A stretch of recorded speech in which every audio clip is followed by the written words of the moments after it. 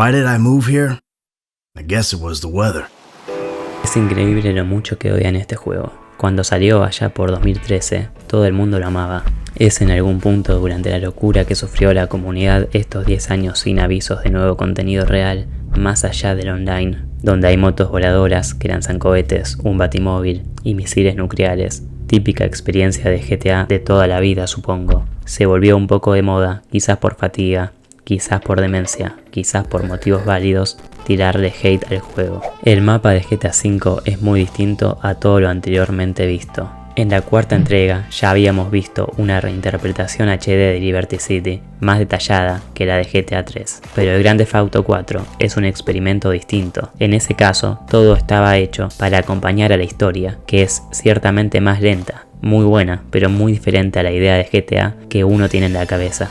Tener que ir frenando en cada esquina o pagar peaje, por ejemplo, funciona perfecto en la depresiva historia de GTA 4, pero no hubiera funcionado en ningún otro de los juegos de la saga. Se había sacrificado mundo libre y otras libertades dentro del mismo, como las propiedades, las armas o los aviones, con tal de adecuarse a una trama más bajada a tierra. GTA V en este sentido, en papel, fue exactamente lo que los jugadores podrían querer, después de una entrega así de cruda, volver al estilo sandbox, pero ahora en el HD del 4. Traer de vuelta esa variedad que no se veía desde San Andreas, variedad de terrenos, de armas, mejoras de coche, apuntaba a que su mundo abierto sea el definitivo hasta la fecha. Porque es verdad, no es realista robar un caza militar, saltar en el cielo, caer en paracaídas y después sacar una minigun del bolsillo y empezar un tiroteo, pero es más divertido. Quizás no sería apropiado ver a Niko Bellic haciendo algo así, por el tipo de historia que se quería contar, pero este nuevo juego sería la oportunidad idónea. Aún manteniendo aspectos de semi-realismo del 4, como por ejemplo la movilidad, los protas de GTA V son mucho más lentos que por ejemplo Tommy o Cloud, que corren como si tuvieran un cohete en el culo. En este sentido, GTA V parecería plantear un punto medio entre lo arcade de todos los anteriores y el realismo del 4, y esto en el mundo libre se nota, porque es cierto que es más realista, por ejemplo, que para iniciar una carrera tengas que hacer una llamada, ir hasta la ubicación y empezar, y que en lugar de empezar otra instantáneamente, quizás tengas que esperar un tiempo prudente. Pero ¿sabes qué es más divertido? Que la carrera aparezca en el mapa de tal hora a tal hora, de noche sí, porque son ilegales, pero ir a la carrera, jugar la carrera y repetirla cuando quieras. El gameplay lento funciona en GTA 4, pero porque es un juego altamente basado en su campaña. Lo que puedes hacer en el mundo libre está todo el tiempo relacionado con la historia. No posee esa esencia de las entregas de la saga 3D, de pasear en el mundo libre solo con tal de pasear. O sea, sí paseamos, pero no tanto como jugadores, sino más bien interpretando a Niko y su horrible vida. ¿Cuántas veces en San Andreas, después de iniciar una nueva partida, se pusieron a boludear en el mundo sin siquiera empezar la primera misión? Escapar de la policía, hacerte una masacre, estrellar aviones, joder con los trucos, algo muy característico de GTA. Sin embargo, es normal escuchar a jugadores de GTA V decir que este mapa es malo, que no es lo mismo, que está vacío y que no hay nada que hacer, que está lleno de nada, que las montañas son muy grandes, etc. Si yo quisiese simplemente defender el mapa de GTA V en automático, diría que la falta de contenido real durante más de 10 años, sumado al grindeo extremo al que te expone el modo online, yendo de un lado a otro, crearon una sensación de fatiga colectiva que hace que sea más difícil disfrutarlo a día de hoy que en 2013, que en realidad el mapa es perfecto para la época, pero sería injusto, porque yo mismo tengo problemas con este mapa, aun cuando lo considero muy bueno, una relación de amor-odio. Por un lado me parece fenomenal, y al mismo tiempo tiene errores que parecen súper básicos y obvios.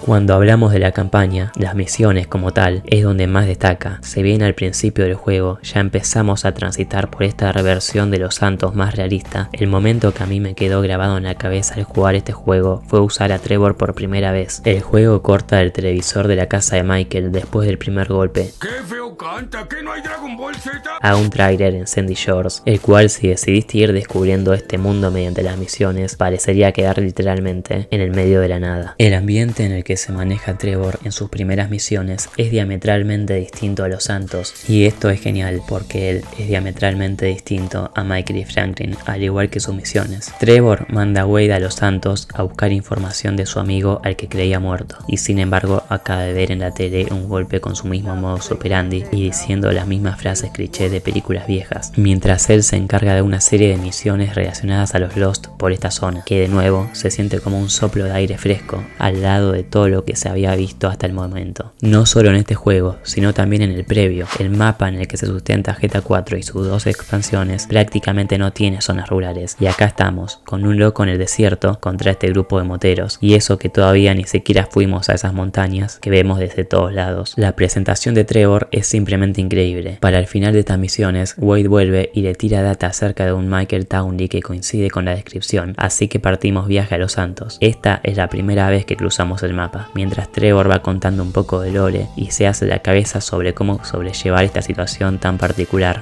Right there, Los Santos, the end of the fucking earth.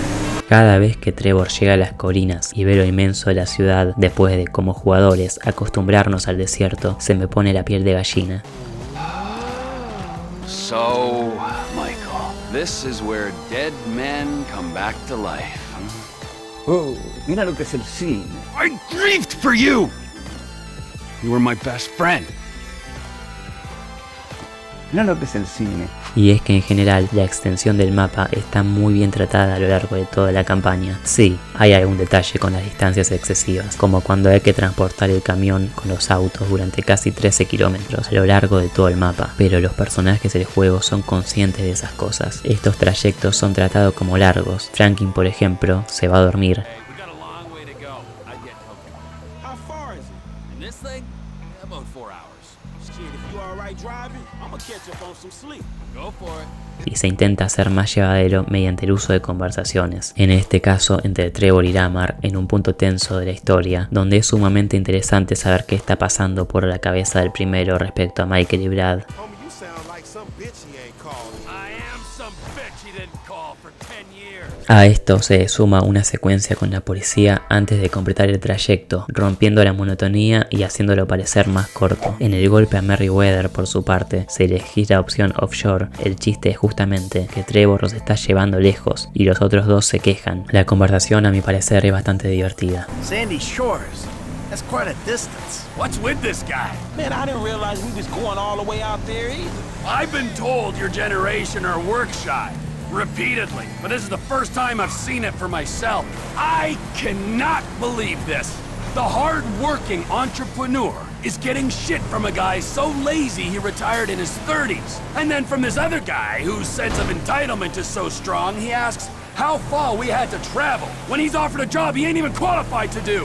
This is why the country is screwed. Y es que en general las dimensiones y variedad del mapa están hechas a medida del modo historia y funcionan perfectamente en él, pero queda la otra parte del juego, el modo libre, y acá es donde el mapa de GTA V, a mi parecer, empieza a mostrar la hilacha.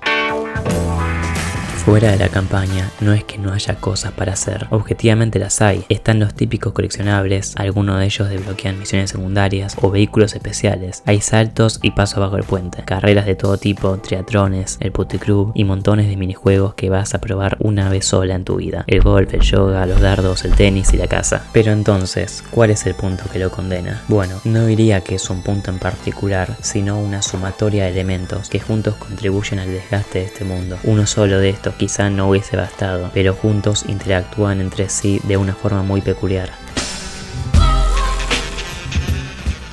Cuando ves el mapa de San Andreas, parece que en cada cuadra, cada esquina, hubiese algo para hacer. En estos temas de variedad, el mapa de GTA V parece retroceder frente a entregas pasadas. Por ejemplo, en GTA 4, 2 de los hospitales eran accesibles como tal, así como una estación de policía. Por el otro lado, en San Andreas, había por lo menos una estación de policía por ciudad con un interior. En todo GTA V hay una sola estación, y ni está marcada en el mapa. Si bien existen tiendas, apenas dan dinero cuando las robás, sin mencionar que el dinero se vuelve un sinsentido, pero eso es otro punto, por no mencionar que solo un par de ellas tienen interiores, y la mecánica de regeneración automática de la vida las hacen inútiles para la gestión de salud, al igual que son inútiles las máquinas expendedoras. Si bien se ven los Burger Shot o los Cracking Bell, estos no están modelados por dentro, como lo era en San Andreas o GTA 4. En cuanto a las locaciones de personalización, solo las terminás usando para cortarte el pelo o tatuarte, que es algo que haces pocas veces, ya que en el caso de la ropa, que es lo que más podría llegar a estar cambiando y comprando, tus personajes apenas los dejas solos van a volver a aparecer con la ropa que se les cante a ellos, que se entiende que es porque tienen una vida y su propia forma de vestir. Pero ¿qué costaba, aunque sea que la ropa que les haya seleccionado se agregue a la rotación? Ni siquiera digo que aparezca siempre, pero ¿qué sentido tiene comprarles ropa si al final se ponen lo que se les pinta una y otra vez? O yendo más lejos, ¿qué sentido tiene comprarles ropa si ya tienen una serie perfectamente funcional de outfits al comienzo del juego? Y no es válido el argumento de que es para que encajen con su personalidad, porque CJ tampoco podía comprar ropa violeta, por ejemplo, para no asemejarse a los balas. O sea, fácilmente se puede hacer que solo sean capaces de comprar ropa que ellos podrían usar y listo. Pero el hecho de que parezca que le tengan asco a la ropa que les elegís vuelve estas tiendas intrascendentes y olvidables. Al final del día, los únicos puntos de interés reales en el mapa son los Ammunition y los Santos Customs. Si me apurás, el Putty Club, del cual hay uno solo en todo el mapa. Las propiedades y negocios las dejo para otro punto, para pasar ahora a los interiores.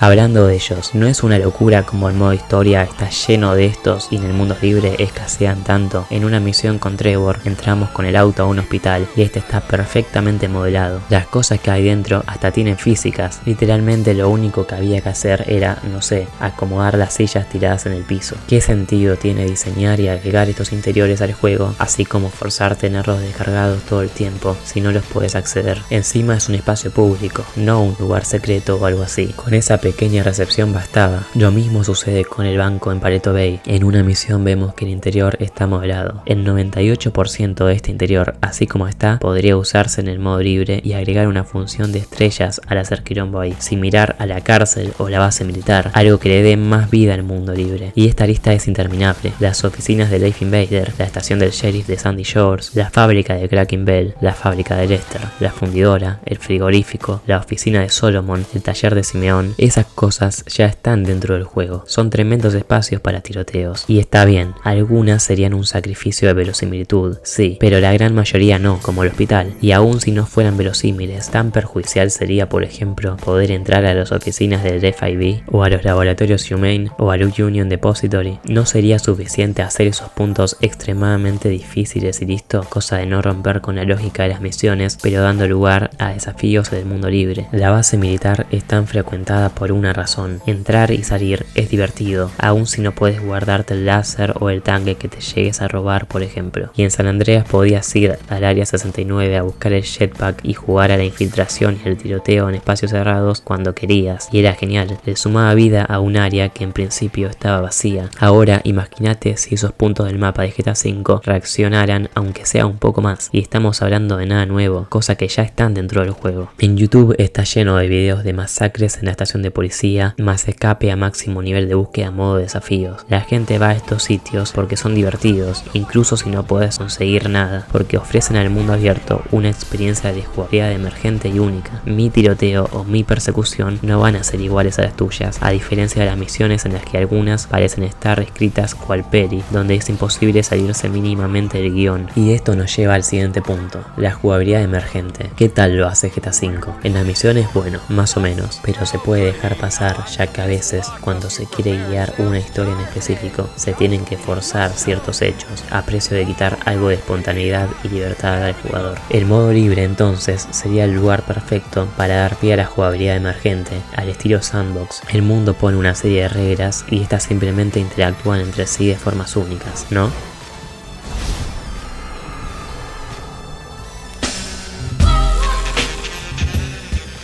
Si yo preguntase qué es un evento aleatorio en GTA San Andreas, seguramente dirías algo como que una prosti se esté cagando a piñas con un policía, que las bandas interactúan entre sí. ¿A quién no le pasó estar jugando en una misión y que de la nada un NPC te robe el coche y te haga perder? Es una bronca, pero es algo realmente aleatorio, algo que podía pasar porque el mundo lo permitía, y justo pasó. Estas situaciones marcan la experiencia de un modo bastante especial, espontaneidad real. Que un tipo te saque el coche y te salve la vida sacrificándose, no te lo olvidas nunca. GTA V tiene estos momentos, por ejemplo con la fauna. o la ocasional persecución policial, pero se centra más en llenar su mundo de los llamados eventos aleatorios, que son en realidad eventos planeados, que se pasan siempre en las mismas partes del juego y que son siempre iguales. En papel suena muy bien, pero es una paja ver cómo se apoyan tanto en los eventos aleatorios scripteados que se van desbloqueando en cada partida en los mismos momentos después de terminar las mismas misiones, y aparecen siempre en el mismo lugar a las mismas horas y tampoco en los emergentes como tal, como los camiones blindados, los robos en los cajeros o las persecuciones. Estas lamentablemente no son tan frecuentes o tienen cooldowns muy largos. Además, por lógica, cuantos más eventos aleatorios hagas, como la mayoría de estos no se repiten, más vacío parece estar el mundo. No es que no haya contenido, porque lo hay, pero se agota rápidamente, haciendo lo que queda tan infrecuente que es como si dejara de suceder. Sobre las bandas, GTA V es un gran retroceso. Si antes, mientras íbamos avanzando en la historia, el modo libre y sus NPCs iban cambiando dinámicamente a medida que hacíamos nuevos enemigos y nuevas alianzas, en el mapa de GTA V esto prácticamente no existe. Las triadas, los Lost, el cartel madrazo, los Families y los Balas son piezas importantes de la historia y aún así, fuera de ella, están medio de adorno. Difícilmente reaccionan entre ellos y con voz bueno, simplemente están ahí. Técnicamente sí tienen distintos niveles de agresión. Los Families le dejan a Franklin usar sus autos, lo defienden de la policía y son renuentes a iniciar peleas. Sin embargo, se quedan un par de datos curiosos, más que esa sensación de otros juegos de este territorio es de ellos. Y es una pena porque, por ejemplo, la enemistad que se forma con Stretch tras las cagadas de Lamar es tan intrínseca a la historia que en cualquier final donde no lo mates, Lamar solo sale por la noche por miedo al mismo. Sin embargo, esta desprotección o este sentimiento de amenaza no está presente en el juego. LD, man, let's hit it, home. Nigga, hit it? The only hit I'ma get is a mafia hit if I go out in broad daylight. That fool Stretch gonna knock my noodles off, nigga. Call me at night. Para un juego cuya trama se basa en la obtención de dinero y está guiado por una serie de golpes con el mismo fin, el dinero sirve bastante poco. Tras el primer golpe a la joyería, tanto Franklin como Michael son capaces de comprar casi todo lo que podrían necesitar en cuanto a armas, que gracias a la aportación ilimitada en el inventario, la precisión casi idénticamente perfecta de todas ellas y que al morir no pierdas nada más que dinero, nunca se echan en falta. O ropa, que gracias a que los personajes se viven cambiando solos es intrascendente. Después quedan los vehículos personales, mejor llevados, requiriendo algo más de dinero y desbloqueando las mejoras durante la historia, pero volviendo a los mismos problemas que San Andreas en los vehículos secundarios que compres y almacenes. Lo que te queda después son las propiedades, orientadas obviamente a comprarse con la plata de los golpes, porque los precios, a diferencia de los otros juegos, parecen ser reales. Al obtenerlas no son la gran cosa. En San Andreas había toda una mecánica de que cada propiedad eran puntos de guardado, ya que cuando morías perdías todo. Acá por un lado el guardado es automático, al morir no perdés nada más que algo de plata y la única propiedad que sirve de safe house es el Vanilla Unicorn de Trevor, relacionado a la historia y que nunca compras. Entre el resto de negocios, el que destaca por lejos es el hangar Mackenzie, también relacionado a la historia, que da acceso a misiones en las que ganar dinero. Imaginarías entonces que al comprar por ejemplo Smoke on the Water con Franklin por $204.000 tendrías acceso a misiones de contrabando, pero no, simplemente vas a ganar 9.300 por semana y cada tanto el encargado te va a mandar un mensaje de que hagas vos la entrega o que vayas a buscar la camioneta que robaron. No podés elegir trabajar de más en tu negocio y en caso de no hacerlo justo cuando te lo piden, esa semana vas a ganar un poquito menos. Después algunas simplemente son sin sentidos, como gastar 200.000 en la empresa de taxis para tener viajes gratis, como si fueses a gastar 200.000 en taxis en primer lugar. El cementerio de coches por 275.000 te da $150 por auto destruido, es decir 1.834 autos para recién pagar el lugar. O la playa de acarreo por 150.000, donde a 500 por acarreo de la grúa lo tendrías que hacer 300 veces para que se pague. Pero es que aún comprando todas las propiedades el dinero pierde totalmente el sentido, y si usas la bolsa como te lo pide Lester en las misiones de asesinato es más exagerado todavía. Simplemente no hay lugar donde gastarla y es muy difícil de perder además. Después de la primera primera estrella, la poli tira a matar, lo que es mejor para el jugador, ya que si te arrestan, perdes el 100% de tu munición. O sea, por un lado, es muy improbable que te arresten y encima que te maten, te sale más barato. Esto, sumado a los puntos de control en las misiones y al reintentar, hace que sea muy difícil perder dinero en el juego. Y si la plata te sobra y encima hay pocas cosas por comprar, se puede generar esa sensación de ya no hay nada. Y es que es cierto que hay yoga, hay tenis, hay golf, hay dardos, y la calidad de estos, ojo, es tremenda. Podrían tranquilamente ser juegos independientes y cumplirían bien, especialmente el tenis. Pero qué chance hay de que hagas esas actividades en un GTA, comparado por ejemplo a las entregas de droga en el hangar Mackenzie. Después hay que considerar que cosas como llevar los autos al cementerio o usar la grúa son minijuegos que en otros GTA no hubiesen estado tapados bajo una propiedad, sino que disponibles desde el comienzo o después de una misión respectiva, como las actividades de robar casas o las apuestas de Lowrider en San Andreas, desbloqueadas en el mundo libre luego de hacerlo en la historia. Ocultar esto mediante una pared de pago tan alta no solo hace sentir al mundo más vacío, sino que luego de pagar toneladas de dinero para acceder a ellas, estas parecen decepcionantes. Una vez que soy millonario, ¿para qué corno quiero 150 pesos por coche destruido? Este problema no sucedería de haber sido estas partes y funciones del mapa presentadas y accesibles desde el vamos. Después solo queda hablar de las cosas que gracias a San Andreas en 2004 uno medio queda por sentado. ¿Cuánto del mapa estarían dispuestos a sacrificar ustedes a cambio de las misiones de vigilante, o las de bombero, o las de paramédico, importación y exportación, proxeneta? El parkour, bien que no, también cambia la forma en la que percibimos e interactuamos con el mundo. Es mucho menos lo que pienso en la verticalidad acá que en Liberty City. Después está el tema recurrente de los espacios muertos o zonas rurales muy vacías, que yo la verdad no lo veo. Es posible que otro layout hubiera sido mejor, que Sandy Shores o Paleto Bay pudieron haber sido distintos o no tan pequeños. Tal vez, quizás sí, quizás no. Personalmente creo que con haber cargado algún interior más a las zonas, un toque más urbanizadas y solucionar el tema de las propiedades y la jugabilidad emergente para hacer más vivo al mundo hubiese sido suficiente. El diseño del mapa para single player me parece bueno, incluso con las montañas de ese tamaño que sé que a muchos no les gustan. ¿Qué pretendés? ¿Que ponga casitas una pegada a la otra como si esto fuera Lima, Perú? Creo que cumple bastante bien y fue realmente pensado para el modo historia. Otra cosa muy distinta es el online, donde claramente no se tuvo en cuenta el eterno grindeo, pero eso a mí me da igual porque el online de Rockstar y Take-Two me parece malo de base. Jamás me terminó de convencer y me da la impresión de que muchas de las críticas del mapa están basadas específicamente en ese modo de juego. GTA V es un juegazo, tanto que me es complicado criticarlo comparándolo con juegos que no sean de la misma saga, para hacerse una idea del estándar de calidad. No lo comparé con Red Dead Redemption 2 porque salió 5 años después, porque no lo tengo ni lo jugué y porque sé muy poco al respecto. Personalmente, cuando juego GTA V suelo usar el mod Open All Interiors, que da acceso a los lugares visibles durante este video y muchos otros más, así como algún otro detalle como agregar un acceso al Maze Bank desde abajo, estilo San Andreas. Sé que existen otros mods basados en añadir eventos aleatorios con repitencia, así como cambiar el comportamiento de las bandas y los animales, pero nunca usé uno de ellos, así que no podría recomendar ninguno. Si te gustó el video me ayudas con un like y suscribiéndote. Posiblemente te gusten también estos otros dos análisis, uno de las influencias de Scarface y el otro de la traición de Ryder. Chau.